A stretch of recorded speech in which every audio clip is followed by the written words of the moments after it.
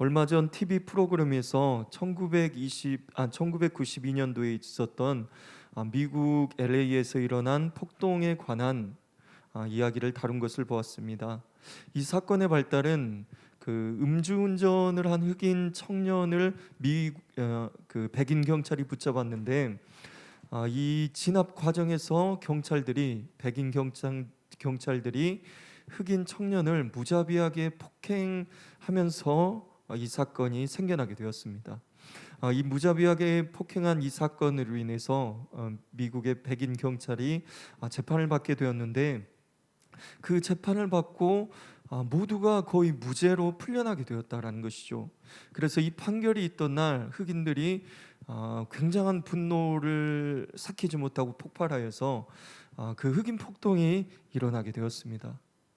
그런데 이상하게도 이제 흑인이 반감을 가져야 될 백인들이죠, 이 사건을 통해서. 그런데 이상하게도 한인 사회가 거의 그 피해액의 절반 수준인 40% 이상의 그 피해를 보았다는 것이죠. 백인 경찰에 대한 분노로 이 사건이 발달이 되어 폭동이 일어났는데, 그 피해의 절반에 해당하는 그 수많은 액수가 한인 사회에서 나오게 되었다라는 것입니다. 이 사건의 한인 사회의 피해가 컸던 이유로 지역적인 이유가 먼저 있는데, 그 이유는 흑인 지역에서 백인 지역까지 가는 그 중간에 한인타운이 있었다라는 것이죠. 그래서 분노한 흑인들이 백인 지역으로 가는 그 과정에서 그 분노를 사귀지 못하고 방마를 하고 약탈을 하고 폭동을 통하여서 수많은 피해를 낳게 하였다라는 것입니다. 그리고 그 한인타운을 지켜야 될 그 경찰들은 백인 지역을 지키기 위해서 다 모두 백인 지역에 가 있으니까 거의 무방비 상태로 이 한인 사회는 그런 폭동으로 인한 피해를 겪게 되었다라는 것이죠. 그런데 이 지역적 이유만 있는 줄 알았는데, 계속해서 TV의 인터뷰를 보니까 그 인터뷰를 통해서 드러난 사실은 지역적인 이유에 더해져서 차별적인 이유가 있었다는 것이죠. 흑인들이 사는 지역과 한인들이 사는 지역은 바로 가까이 있어서 한인들이 상점을 열었을 때 흑인들을 대상으로도 이렇게 판매도 하고 이렇게 고객으로 삼는데, 그들에 대하여서 어떤 직원으로 그들을 쓰지도 않고 채용하지도 않고, 또한 흑인들이 가게에 들어왔을 때 굉장히 의심의 눈초리로 바라보면서 뭐 훔쳐가지 않을까, 또한 위협을 주지 않을까, 이렇게 생각을 하였다라는 것이죠.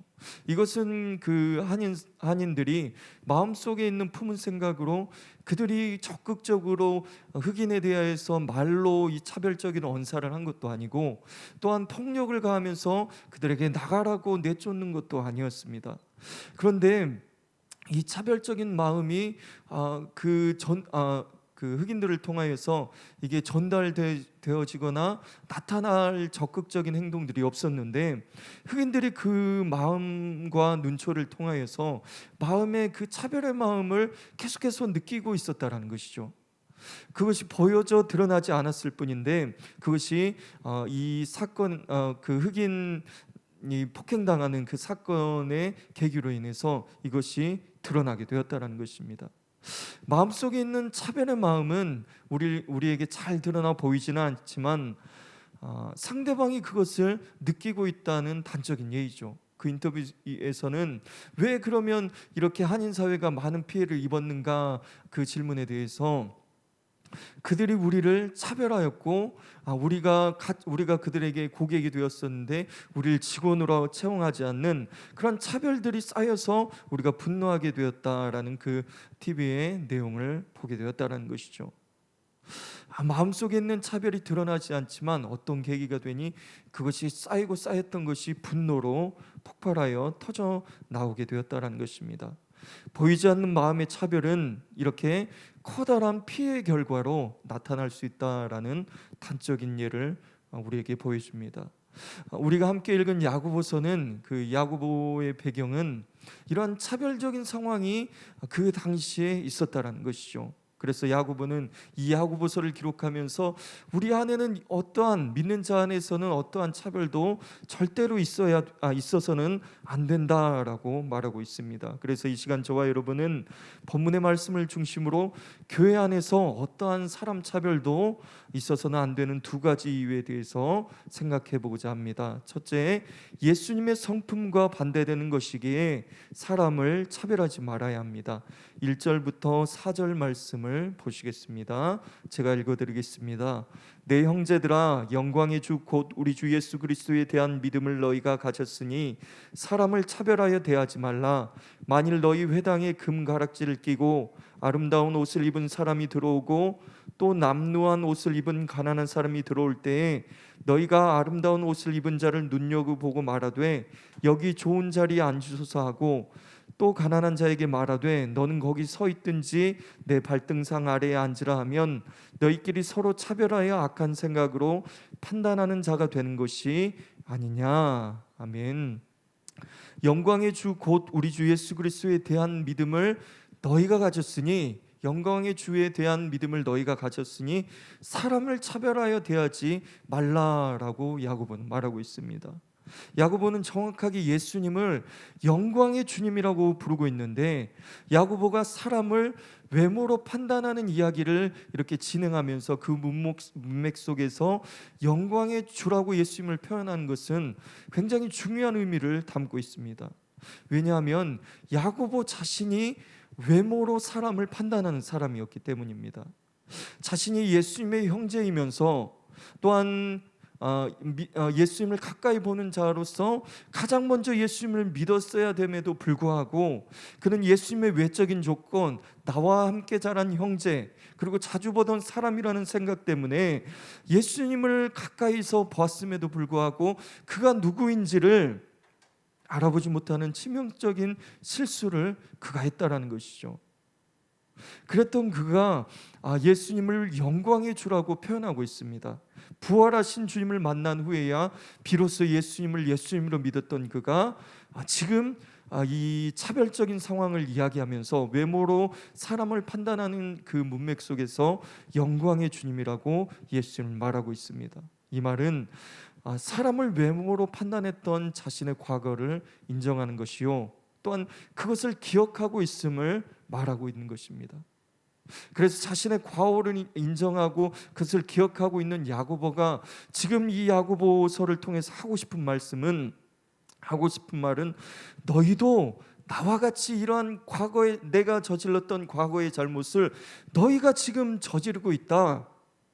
너희도 지금 나와 같은 그러한 사람을 차별하고 외모로 사람을 판단하는 것을, 그런 똑같은 죄를 저질러서는 안 된다라는 말을 하고 있는 것이죠. 야고보서는 구체적인 예를 통해서 설명합니다.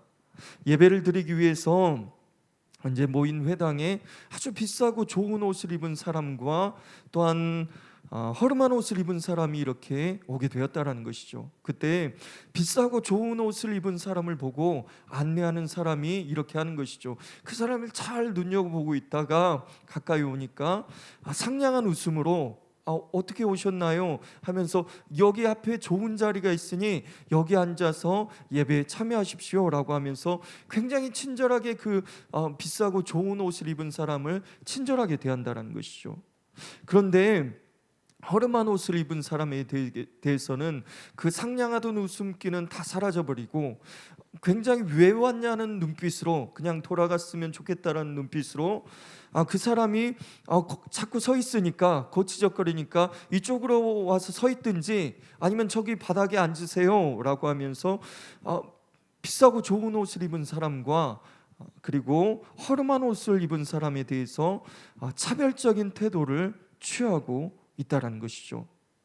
2절에서 만일이라고 이야기하면서 이 예화를 드는데, 만일이란 말은 야고보가 이 상황을 실제로 목격한 것은 아니지만 이와 같은 유사한 일들이 지금 교회 안에서, 당시에 교회 안에서 일어나고 있었다는 사실을 말해주고 있습니다. 야고보는 이 행위를 차별하는 것이며 악한 생각의 결과라고 말합니다. 5절부터 7절 말씀을 보시겠습니다. 5절부터 7절 말씀, 저 한 절, 여러분 한 절 읽겠습니다.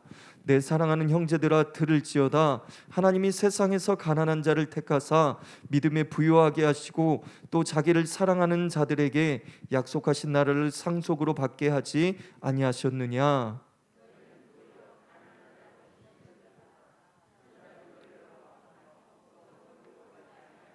함께 읽겠습니다. 그들은 너희의 일컫는 바 그 아름다운 이름을 비방하지 아니하느냐. 아멘. 5절 말씀에 보시면 내 사랑하는 형제들아 들을지어다라고 시작하고 있습니다. 이는 야고보서가 이 편지를 수신하는 사람들에게 내가 지금 너희가 가지고 있는 나와 같은 그 잘못된 모습을 내가 밝히 드러내서 너희에게 알려줄 텐데 너희는 이 말을 잘 듣고 오해하지 말라라고 말하고 있습니다. 말하는 표현이죠. 내가 지금 야고보가 이 편지를 수신하는 유대인 그리스도인들에게, 흩어진 유대인 그리스도인들에게 그 신앙의 잘못된 모습을 지금 지적하고 있는데, 이것은 지적을 위한 지적이 아니고 비판을 위한 비판이 아니고 사랑의 마음으로 너희를 위하여 하는 교훈이다. 그런 교훈을 하겠다는 의지의 표현이라는 것입니다. 그러니까 오해하지 말라는 것이죠. 하나님의 말씀을 오해하지 않는 저와 여러분이 되시길 소망합니다. 야고보서는 6절과 7절을 통해서 초대교회 당시 이 서신이 쓰여질 당시의 사회상을 통해서 교회 안의 문제점을 알려주고 있습니다. 당시 로마의 사회 안에서는 아주 많이 가진 자와 아주 적게 가진 자들이 있었다라는 것이죠. 그들 가운데는 분명한 빈부의 격차가 있었고, 가진 자는 더 가져지고 또한 연약한 자, 없는 자는 더 없어지는 현상이 두드러지게 나타나게 되었다는 것입니다. 대지주와 같이 가진 자들은 재산을 축적하는 과정에서 가난한 소작농들에게 빚을 지우게 하였고, 그 빚으로 인하여서 그 소작농들은 작게나마 있는 땅을 빼앗기고, 또한 그 빚을 갚지 못하여서 종으로 팔리는 등, 자유인에서 종으로 팔리는 등 이런 참담한 현상이 그들 가운데 있었다는 것입니다. 6절 후반부에 보시면 법정으로 끌고 가다라는 말이 있는데, 부자가 가난한 사람에게 소송하는 것을 가리켜 하는 말입니다.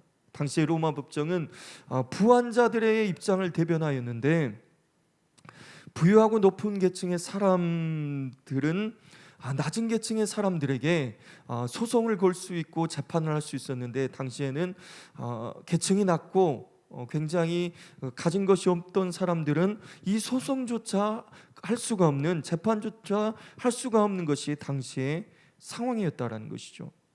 법의 판결에서도 부한 자와 다르게 낮은 계층에 있는 사람, 가난한 사람들에게는 더 가혹한 벌이 선고되었다라는 것입니다.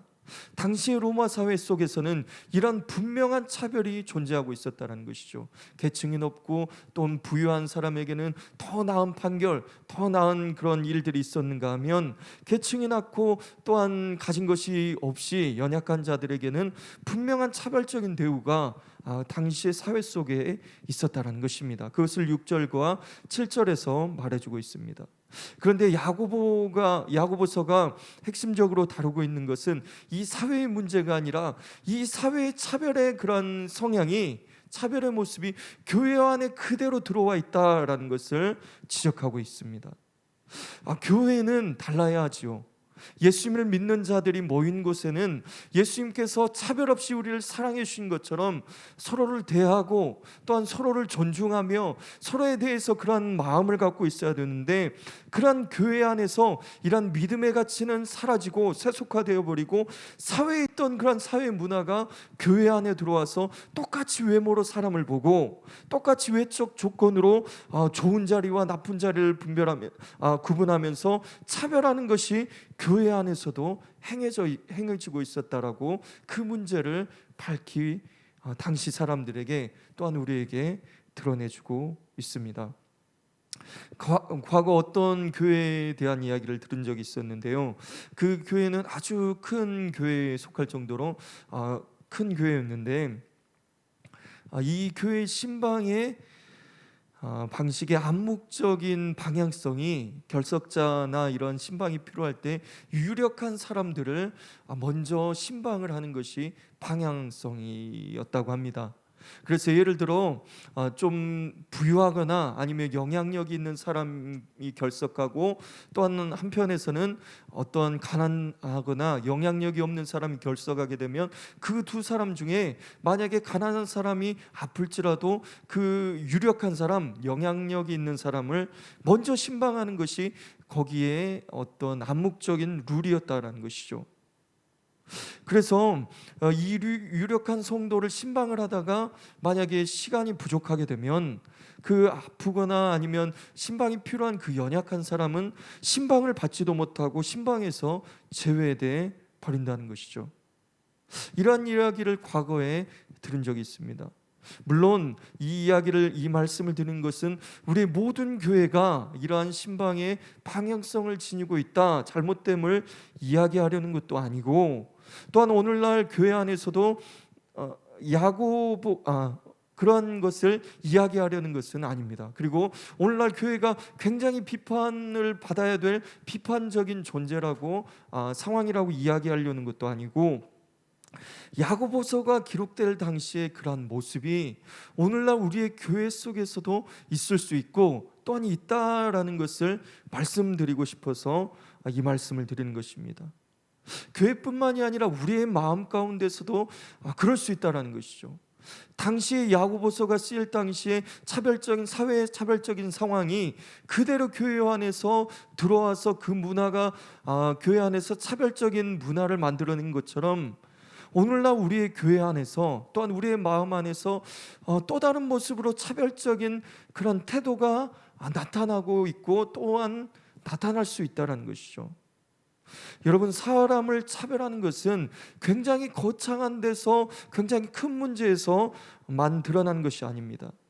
우리가 만일 교회 안에서 친한 사람들끼리 이야기하다가 우리가 별로 친하지 않는 사람이 갑자기 그곳에 그 대화의 현장에 왔을 때 분위기가 싸해지고 갑자기 흩어져 사라져 버린다면 그 모임의 현장에서 차별이 일어나고 있는 것이죠. 또한 우리가 구역 안에서 구역원이 되었든 구역장님이 되었든 우리가 편한 사람, 그리고 전하기 편한 사람, 만나고 싶은 사람만 만나고 있고, 또한 그 외에 나와 친하지 않고 나와 성향이 맞지 않는 사람과 전혀 소통과 교류가 없다면 차별이 일어나고 있다는 것이죠. 마찬가지로 우리가 교사로서 우리가 섬길 때 예쁜 아이 아니면 말 잘 듣는 아이만 우리가 가까이 하고, 또한 말 안 듣고 우리가 너무나 그 말썽을 피우는 아이는 멀리 두고 멀리 한다면 그것도 차별일 수 있다는 것입니다. 우리가 생각하는 차별은 굉장히 거창한 곳, 굉장히 부한 자와 가난한 자 그 사이에서만 나타난다고 생각할 수 있는데, 아주 작고 사소한 곳에서 보이지 않게 우리의 마음 가운데서 그것이 차별로 드러날 수 있다는 것입니다. 당시에 야고보서가 쓰여질 당시의 문제만이 아니라 오늘 우리의 문제요, 우리가 살아가는 삶 속의 문제일 수 있다는 것이죠. 그 아름다운 이름을 비방하지 아니하느냐라고 기록하고 있는데, 원래 이 말은 문맥 속에서 교회 안에서 부유한 자들에 의해서 예수님이 비방을 받고 있는, 조롱을 받고 있는 것을 말하는데, 그런데 이 말은 교회 안에서도 적용되어 질 수 있습니다. 옛날 어르신들이 이런 말씀을 하실 때가 있습니다. 부모 욕먹이지 말아라.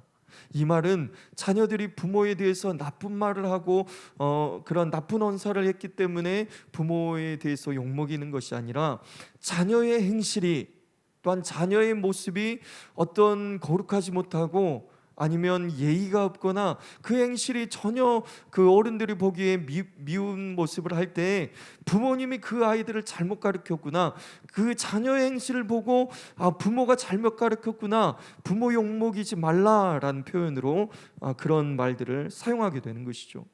마찬가지입니다. 교회 안에서도 우리가 믿는 자의 도리를 행하지 않고 전혀 세상 사람처럼 세상 사람들처럼 그 세상 문화를 교회로 끌고 와서 그렇게 세상 사람처럼 행동하고 말하고 그런 모습을 드러낼 때 우리가 예수님을 욕먹이는 것이죠.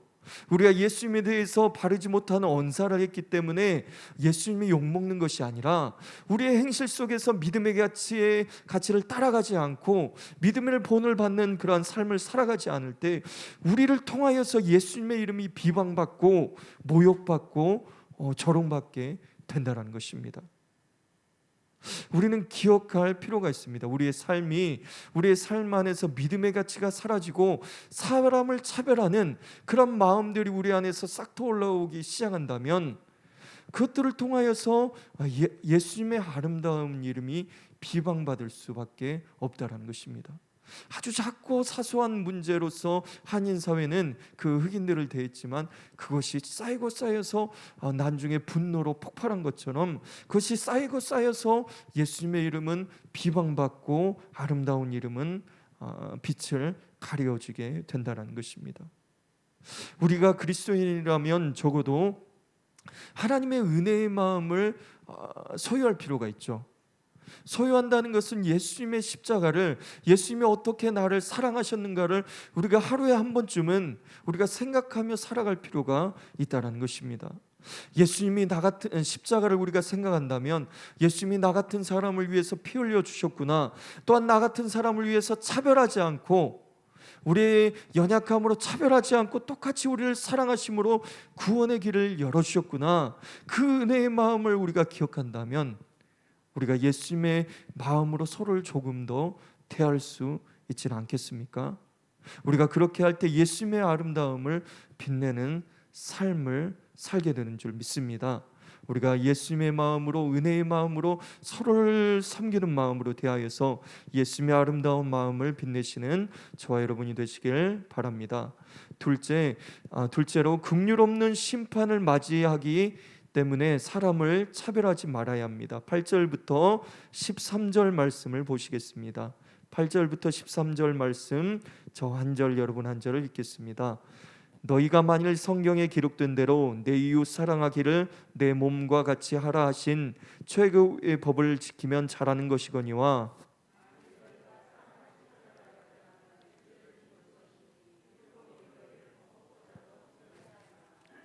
누구든지 온 율법을 지키다가 그 하나를 범하면 모두 범한 자가 되나니,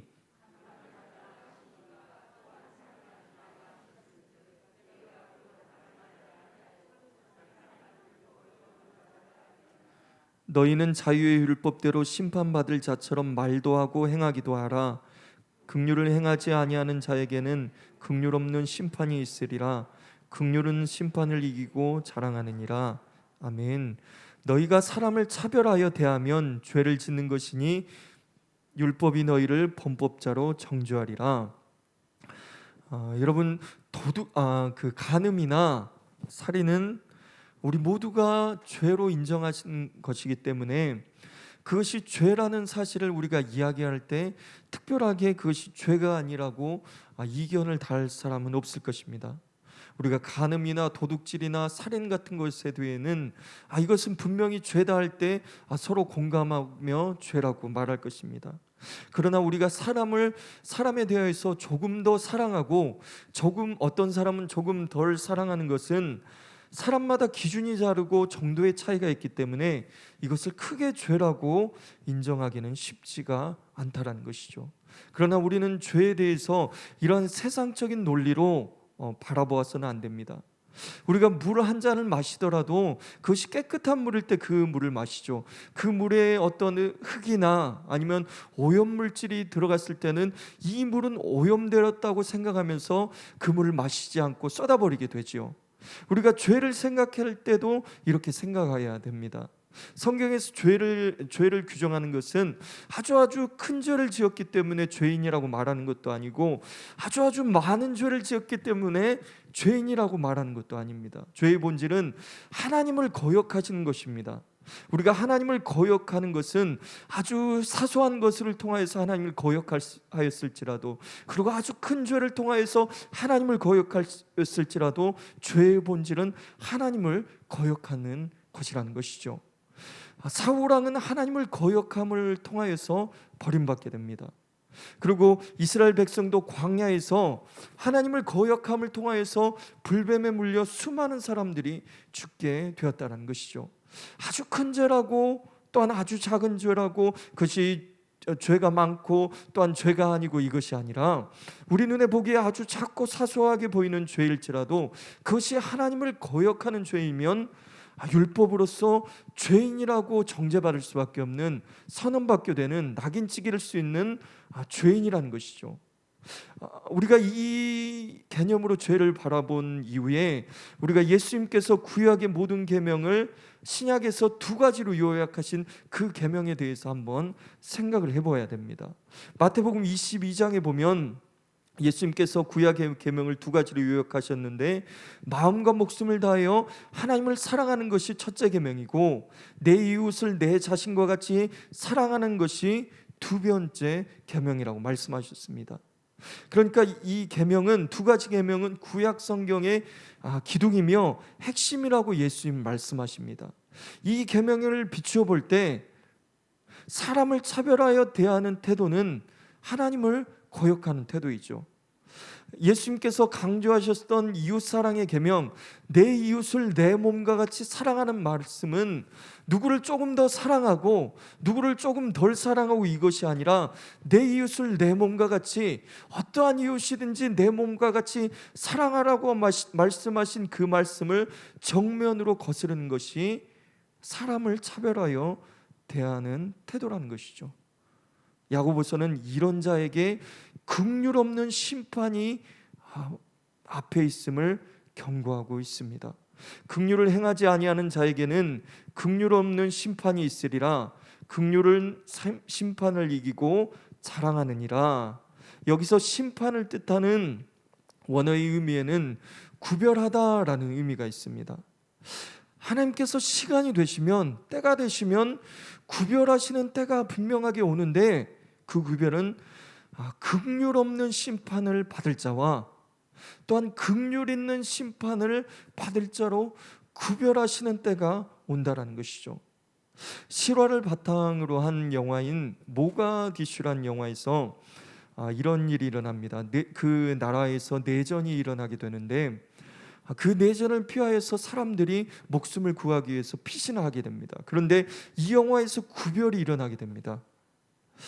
각 나라 사람들 가운데 구별이 일어나는데, 자국인이냐 아니면 타국인이냐라는 구별이 일어나고, 또한 우리나라와 우호적인 외교적인 관계가 있는 나라인가 아니면 외교적인 관계가 없고 적대적인 나라인가라는 구분이 일어나게 됩니다. 그래서 자국인이고 또한 우리나라와 우호적인 외교 관계가 되어 있는 나라는 어떻게든 그 구조선에, 구조 비행기에 태워서 살려보내게 되고, 전혀 관계가 없는 나라는 그 구조선에 탈 수도 없고 그곳에서 어려움을 당하거나 어떻게 스스로의 힘으로 헤쳐나오거나 아니면 죽임을 당하게 된다는 것이죠. 중요한 때에 살 사람과 죽을 사람으로, 생명을 얻을 사람과 생명을 잃어버릴 사람으로 구별이 일어나게 된다는 것이죠. 하나님의 심판의 때가 분명히 우리에게 올 텐데, 그때 하나님께서 구별을 일으키시는데, 긍휼 있는 심판을 받을 자와 긍휼 없는 심판을 받을 자를 구별하신다는 것이죠. 이 사실이 있다는 것을 알고 기억하는 자로서 말과 행동을 주의하여 행하라고 야고보서는 우리에게 말씀하고 있습니다. 교훈하고 있습니다. 우리가 만일 말을 또한 행동을 사별함을 차별하는 것을 인지하지 않고 그것을 함부로 말하고 함부로 행동하기를 주저없이 한다라면 하나님의 긍휼 없는 심판을 맞이하게 된다는 것이죠. 그러나 우리가 부족함에도 불구하고 예수님을 의지하여서 우리가 긍휼의 마음으로 서로를 대한다면 하나님께서 긍휼 있는 심판을 우리에게 허락하신다는 것이죠. 하나님의 긍휼을 입어 그 심판을 이기고 자랑하고 기뻐하는 마지막을, 그 영생의 시작을 우리에게 선언하신다는 것입니다. 그러므로 우리가 하나님 안에서 이런 긍휼 있는 심판과 긍휼 없는 심판이 있다는 것을 분명히 깨닫고 우리에게 주어진 믿음의 삶을 하나님 앞에 성실히 행하시는 저와 여러분이 되시기를 소망합니다. 이제 말씀을 정리하고자 합니다. 우리가 세상 속에서 예수님의 성품을 닮아가는 것이 쉽지는 않습니다. 그리고 우리가 세상 속에서 바쁜 일정 가운데서 항상 심판이 있다 생각하며 살아가는 것도 쉽지가 않다라는 것이죠. 그러나 우리가 예수님을 믿고 모시고 우리가 예수님이 우리 안에 계시다라는 것을 생각하고 살아간다면 적어도 서로를 대할 때 예수님의 사랑과 또한 예수님의 긍휼하심에 대해서 한 번쯤은 생각해 보아야 되지 않겠습니까? 우리가 이러한 생각을 한다면 대단하진 않아도 예수님의 심정으로 서로를 긍휼히 여기게 되고 예수님의 성품을 닮아가기 위해서 노력하고 그러다 보면 예수님을 만나야 될 그 마지막 때를 소망하며 우리가 하루하루 믿음의 승리의 경험을 쌓아가게 되는 줄 믿습니다. 그러므로 예수님을 성품을 닮아가며 마지막에 구별하시는 때가 있다는 것을 기억하고 우리가 서로를 존중하며 예수님의 마음으로 긍휼히 여기는 저와 성도님 되시기를 소망합니다.